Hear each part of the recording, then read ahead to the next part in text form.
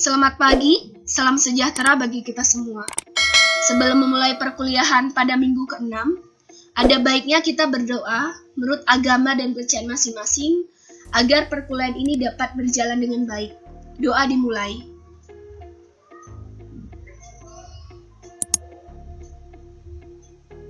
Doa selesai.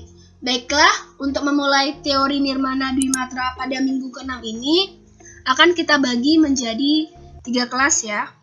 Untuk kelas DG 1C itu pada tanggal 7 Oktober 2020. Untuk kelas DG 1B pada tanggal 8 Oktober 2020. Dan untuk DG 1C itu pada tanggal 9 Oktober 2020. Oke, kita mulai saja dengan teori yang pertama, subjudulnya itu fungsi karakter dan makna dari bentuk. Di sini ada 3, jadi kita membahas tentang fungsi bentuk dulu, kemudian karakter bentuk, dan yang terakhir itu adalah makna bentuk. Konsep bentuk, jadi ada bentuk organik, bentuk geometris, dan bentuk mimesis. Jadi bentuk organik itu adalah bentuk-bentuk yang digabungkan antara bentuk yang ada itu dengan alam imajinasi. Kemudian bentuk geometris itu seperti yang sudah ada ya, dari bentuk-bentuk yang segitiga, mungkin lingkaran dan sebagainya ya, secara matematis itu biasanya. Kemudian bentuk mimesis itu adalah bentuk sesuai dengan yang ada. Misalnya bentuknya itu seperti apa di nyata, divisualkan itu harus sama persis gitu ya. Jadi ketika membentuk mimesis itu kita harus benar-benar menggambarkan apa yang ada di realnya itu, bukan dari pemikiran kita, itu benar-benar harus digambarkan sama gitu ya, antara asli dan juga bentuk gambar. Oke, kita membahas mengenai fungsi bentuk terlebih dahulu. Jadi, desain grafis berdasarkan fungsi bentuk itu mengarah pada karya yang harus dapat dipergunakan pada kesempatan yang tepat, serta sesuai dengan kebutuhan masyarakat yang memakainya. Jadi, untuk fungsi bentuk ini harus sesuai dengan kebutuhan dari si konsumennya gitu ya. Di sini ada 2 pernyataan dan 1 kesimpulan dari pernyataan 2 tersebut. Yang pertama, itu misalnya saja di dunia nyata. Itu misalnya keberadaan manusia yang terlahir sebagai komunikator visual itu memang sudah melekat di dalam diri manusia. Ketika hendak bertemu, hampir dipastikan di ruang tamu mereka terpajang visual berupa foto keluarga, foto pernikahan misalnya, ataupun foto wisuda yang seolah-olah ingin menyampaikan pesan kepada tamu bahwa mereka keluarga yang bahagia, pandai, dan terpandang. Itu untuk konsep dari misalnya untuk manusia sebagai makhluk yang komunikator visual gitu ya. Jadi pada kehidupan sehari-hari itu juga menyantumkan visualisasi untuk sebagai kenang-kenangan pada karya-karya foto gitu misalnya, ataupun mungkin album film gitu. Misalnya saja kalau untuk yang desain grafis ini misalnya ya, jadi kan biasanya ada terpampang kayak foto dari foto ya. Jadi fotonya itu diedit sedemikian rupa menjadi suatu hal yang ingin disampaikan. Misalnya saja dia senang sama kucing, tapi kan untuk membuat foto kucing yang benar-benar pas untuk komposisi itu kan sulit. Jadi itu diedit lah, jadi kan untuk penambahan kucing itu dan sebagainya. Misalnya menunjukkan bahwasannya dia suka sama kucing dan sebagainya lah ya. Kemudian yang kedua itu di dunia maya. Itu sering terjadi manusia juga itu mengguna sosial media yang gemar mengupload foto terbarunya. Jadi ketika pagi baru bangun tidur upload foto, lagi sarapan upload foto gitu ya.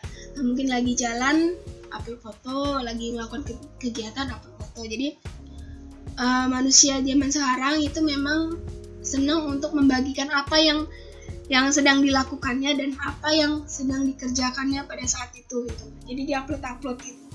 Meskipun yang melihatnya itu butuh atau tidak, tapi yang penting diupload saja, yang penting orang lain itu tahu apa yang dilakukannya. Jadi saya itu melakukan seharian itu seperti ini. Itu biasanya sering dilakukan oleh artis-artis yang ada di Indonesia ataupun di luar gitu ya. Tapi meskipun bukan artis, mungkin artis-artis artis Instagram juga melakukannya gitu. Jangankan artis, kadang orang biasa juga pengen melakukannya gitu. Itu sah-sah saja karena masa sekarang itu adalah masa media sosial. Oke, di sini dari dua pernyataan ini, jadi setiap orang itu punya modal dasar untuk menjadi seorang desainer di bidang desain grafis dengan memanfaatkan fungsi bentuk secara maksimal melalui usaha pencapaian komunikasi atau informasi melalui fungsi bahasa gambar, visual maupun tulisan gitu ya. Jadi untuk yang desain grafis sendiri, misalnya untuk kemasan, itu kan ketika kemasan untuk saset minuman kopi atau susu itu otomatis bisa diminum dingin ataupun panas gitu. Jadi pemilihan bentuk dan warnanya sesuaikan dengan konsep dari minuman tersebut. Ataupun mungkin juga yang teh, jadi teh yang dingin ataupun panas gitu ya, sebagainya gitu. Ataupun mungkin es krim kan nggak mungkin panas gitu, jadi harus dibuat warna-warna yang dingin gitu ya. Jadi di situ saja, contoh sederhananya saja itu setiap orang itu pasti ingin mengkomunikasikan atau menginformasikan setiap apa yang ingin diinformasikan ke orang lain gitu ya. Oke, subjudul yang kedua itu adalah karakter bentuk. Desain grafis memiliki beberapa macam basis karakter bentuk dengan memilih komposisi elemen-elemen yang terdapat dalam karya visual. Itu ada 4 ya. Nanti akan kita bahas ada 4. Itu pertama karakter bentuk berbasis image. Jadi di sini ada 7 ya, 7 karakter berbasis image ya. Yang pertama itu desainer membangun image yang memiliki representasi dari gagasan pribadinya atau klien bisnisnya. Jadi image itu harus mencerminkan apa yang ingin disampaikan oleh kliennya. Misalnya untuk kemasan sendiri ya, kemasan dari makanan atau kosmetik lah, misalnya kosmetik. Jadi kosmetik ini untuk penginformasian dalam sosial media, poster, atau mungkin kemasan itu harus mencirikan gagasan pribadi ataupun apa yang ingin dikonsep oleh si klien tersebut dalam bisnisnya gitu ya. Harus sesuai, image-nya itu harus sesuai. Harus menunjukkan, memvisualkan apa yang diinginkan oleh si yang punya bisnis ini gitu. Oke, yang kedua, itu image sangat kuat untuk dicapai dan merupakan alat komunikasi yang dapat mempengaruhi ataupun mampu menyampaikan tidak hanya informasi tetapi juga suasana hati dan emosi seseorang gitu ya. Jadi misalnya saja produknya ini adalah memberikan kebahagiaan kepada orang yang mengkonsumsinya. Misalnya saja permen Kiss ya. Kemasan ataupun iklan pada permen Kiss sendiri itu kan memberikan komunikasi bahwasannya ketika mengkonsumsi permen itu akan memberikan rasa bahagia, kemudian nafasnya juga seperti wangi bunga gitu ya, dapat berkomunikasi dengan orang lain gitu, ataupun mungkin yang odol pasta gigi gitu ya, seperti itu. Jadi itu menunjukkan emosi dari atau suasana hati dari konsumennya itu seperti apa nantinya ketika mengkonsumsi produk tersebut gitu ya. Kemudian yang ketiga itu orang akan bereaksi terhadap image secara instinktif sesuai kepribadian mereka, asosiasi berdasarkan lingkungannya, dan eksperimentatif akibat pengalaman sebelumnya. Ya. Jadi di sini menjelaskan image tersebut dapat memberikan reaksi-reaksi kepribadian dari orang yang melihatnya gitu ya. Apakah itu yang positif ataupun yang negatif, itu pasti merealisasikan apa yang ingin tersampaikan gitu ya. Jadi perasaan pribadinya atau pengaruh dari lingkungannya atau pengalaman sebelumnya itu mampu memunculkan semua itu. Itu adalah visualisasi yang baik gitu, dapat memunculkan perasaan dari si konsumennya untuk benar-benar yakin terhadap produk ini loh gitu ya misalnya. Kemudian yang keempat itu image diambil dengan berbagai cara dan teknik yang disesuaikan dengan kebutuhan aplikasi dan media tertentu ya. Jadi untuk image sendiri, untuk desain grafis, manual itu sebagai pijakan. Jadi manual itu diterapkan untuk visualisasi kepada klien Jadi gambaran coret-coret dulu, ini seperti ini loh. Nanti kalau sudah digitalnya itu akan visualnya digital gitu ya. Jadi ditunjukkan dulu. Jadi disitulah revisi-revisi dari klien. Jadi tidak perlu berlama-lama mendesain digital. Jadi dengan sketch saja, makanya manual itu penting. Dengan sketch itu mampu mengarahkan si konsumen itu pengennya yang seperti apa gitu. Dikasih masukan misalnya diterima itu seperti apa yang diterimanya gitu. Karena kalau misalnya penjelasan secara lisan itu tidak akan efektif. Berbeda halnya dengan membuat gambar gitu ya untuk kebutuhan sendiri. Untuk image dari produknya misalnya ya. Apakah aplikasi yang manual ataupun digital yang diambil. Oke, yang selanjutnya yang bagian kelima itu dalam desain berbasis image. Hal utama yang harus diperhatikan adalah memahami bahwa image-image dan di-expose harus membawa keseluruhan pesan gitu ya. Untuk itu terkadang desainer memberi sedikit teks sebagai bantuan. Misalnya saja untuk visualisasi image itu tidak bisa 100% dipahamin oleh si klien ataupun orang yang melihatnya. Itu mungkin ditambahkan sedikit tulisan yang sangat singkat untuk membantu si image tadi gitu ya. Oke, yang selanjutnya lagi itu ada yang keenam. Karena setiap image yang tampil merupakan bahasa yang harus disampaikan, maka seorang desainer harus mengeksekusi suatu image. Jadi kelihatan kalau misalnya dipotong itu bagian mana, kemudian kalau misalnya dibuat full itu yang bagian mana, diletakkan di komposisinya di mana, agar seimbang atau agar memiliki komposisi yang baik gitu ya. Selain itu, ia harus memahami bagaimana pentingnya memanajemen kepekaan terhadap calon penerima pesan. Sehingga ia tidak hanya mengandalkan selera estetisnya dalam menampilkan image yang dipesan oleh klien gitu ya. Jadi harus benar-benar dipikirkan itu tata komposisi peletakan dari image-nya tersebut dengan image ataupun warna-warnanya, peletakannya harus benar-benar menyatu antara satu dan yang lainnya gitu ya. Kemudian yang terakhir itu, bukankah suatu image dapat memunculkan ribuan makna atau bermaksud ya. Jadi suatu gambar itu ketika dilihat orang itu, orang-orang yang berbeda itu pasti memberikan makna ataupun maksud yang berbeda. Maka arah dari maksud klien harus dapat tersampaikan dengan image yang dieksekusi oleh desainer tersebut gitu. Jadi untuk klien-kliennya, klien ini kan lebih berfokus kepada konsumen yang bakalan untuk produknya ini. Jadi biasanya ketika suatu produk dibuat untuk image-nya untuk diperkenalkan, dikomunikasikan ke orang lain, itu biasanya menggunakan sampel-sampel awalnya itu misalnya untuk pengenalan, misalnya dibuat diskon atau apa gitu yang untuk mengenal produknya agar konsumennya itu bisa mengetahui benar nggak sih yang disampaikan oleh si image ini gitu. Setelah produk itu laku dan laris di pasaran dan dibutuhkan oleh konsumen, itu tahap selanjutnya itu adalah menampilkan visual yang tetap itu saja, karena ketika mengganti itu harus bertahap dan harus ada sosialisasi yang baik gitu ya. Selanjutnya yang kedua itu adalah karakter bentuk berbasis tipografi huruf ya. Dan ada yang ketiga itu karakter bentuk berbasis image dan tipografi. Yang untuk bagian kedua itu ada 3, yang bagian ketiga itu ada 2. Yang pertama, yang di bagian kedua itu desainer juga bersandar pada teks untuk menyampaikan suatu pesan, tetapi yang digunakan adalah kata-kata dengan cara yang berbeda-beda. Dengan melihat visualisasi teks yang sama pentingnya, seperti ada arti dari teks tersebut gitu ya.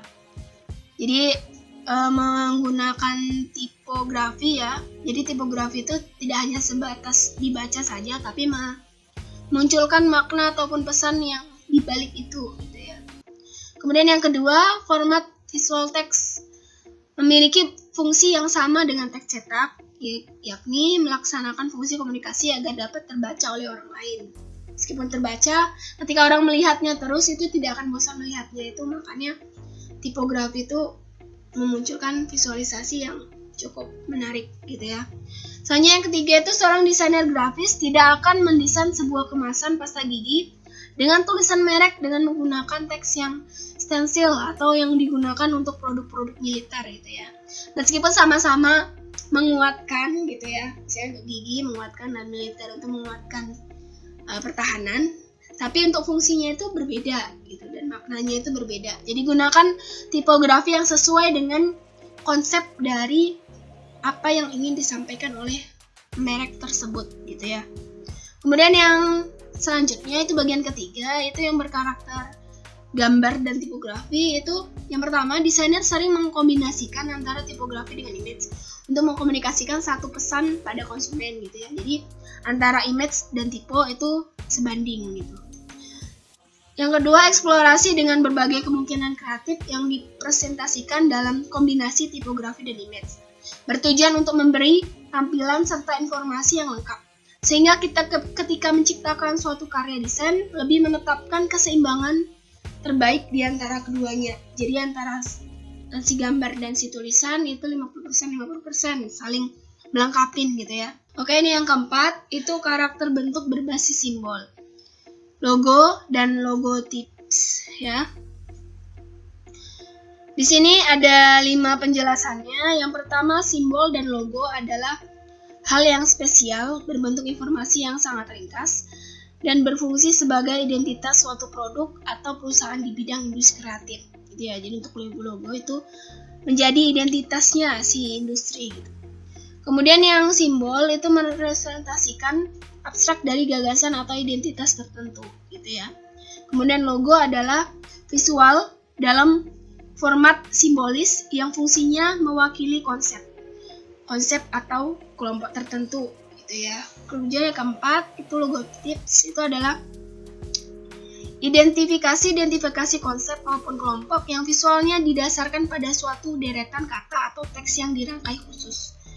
Kemudian yang kelima itu dalam menciptakan kombinasi antara logotips dengan simbol harus menerapkan suatu visualisasi yang jelas dan sesuai dengan visi dan misi suatu kelompok, konsep atau gagasan secara terwakili dan sesuai dengan masing-masing tujuan. Bagian ketiga itu adalah karakter bentuk.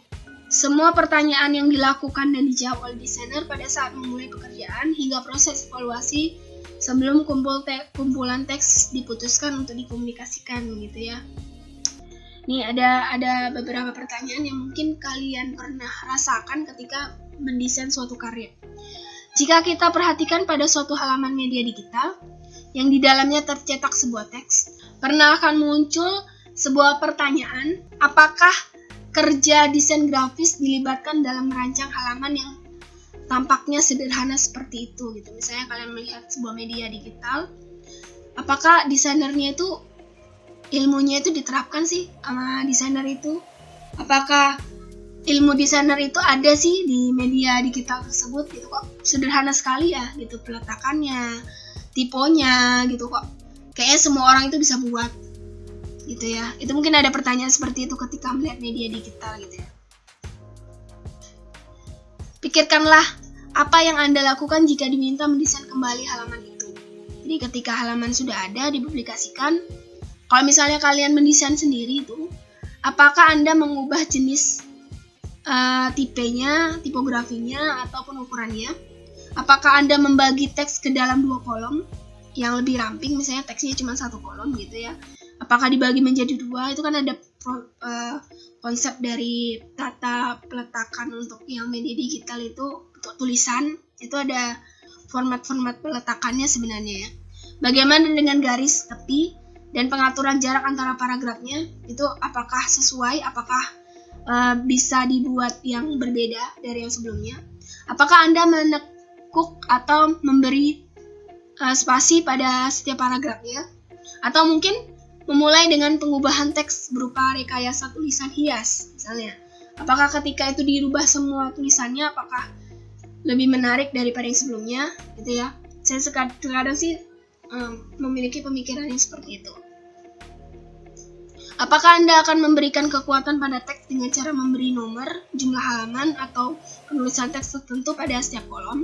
Apakah Anda mengubah sebuah terminologi dengan cara membuat cetakan tebal pada teks tersebut? Jadi ada beberapa kata yang ditebalkan, ataupun mungkin ada beberapa kata yang dibuat warnanya berbeda, atau barangkali menggunakan huruf italik atau huruf yang bergaris bawah. adakah hal lain yang dapat memberi kekuatan dan tekanan dalam sebuah perubahan yang Anda pertimbangkan? Atau seberapa kuat teks-teks itu akan mempengaruhi reaksi para pembaca?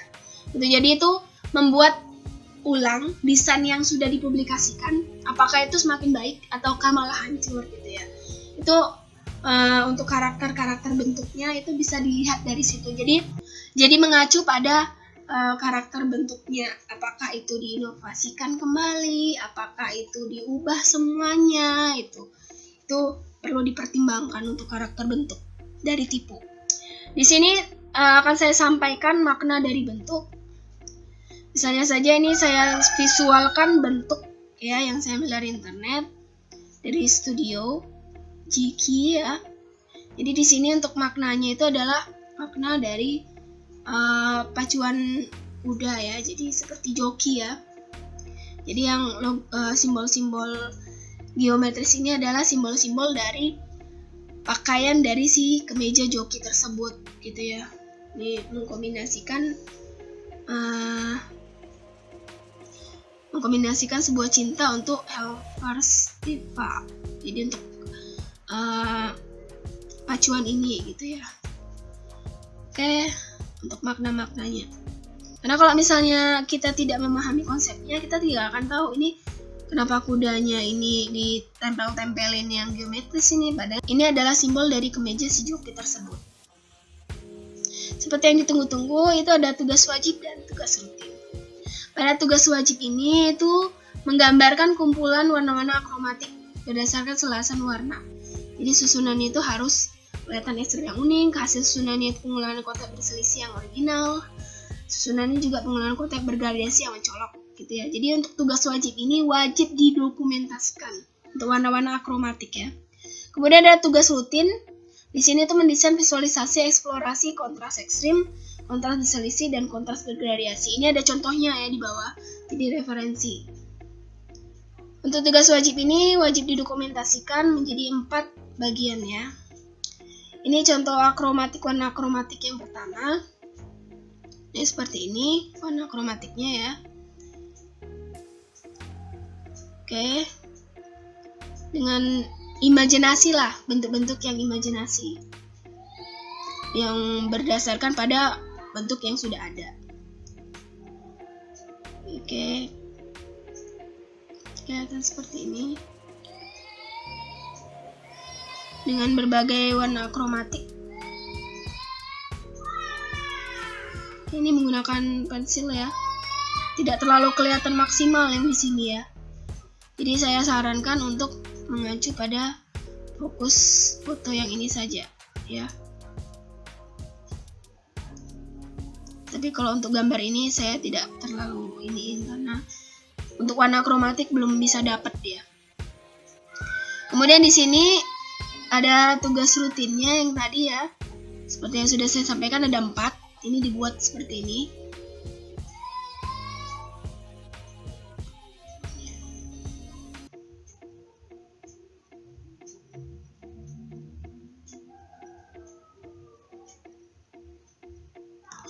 Tugas rutin ini berpacu kepada karakter dari bentuk tadi, seperti image ya, kemudian juga ada image typo, kemudian ada typo, kemudian juga ada simbol ya.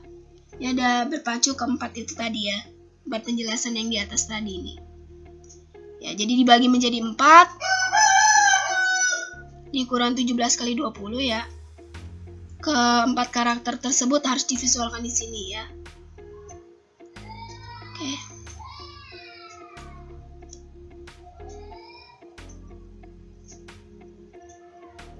Oke, untuk materi ke-6 ini hanya ini yang saya sampaikan.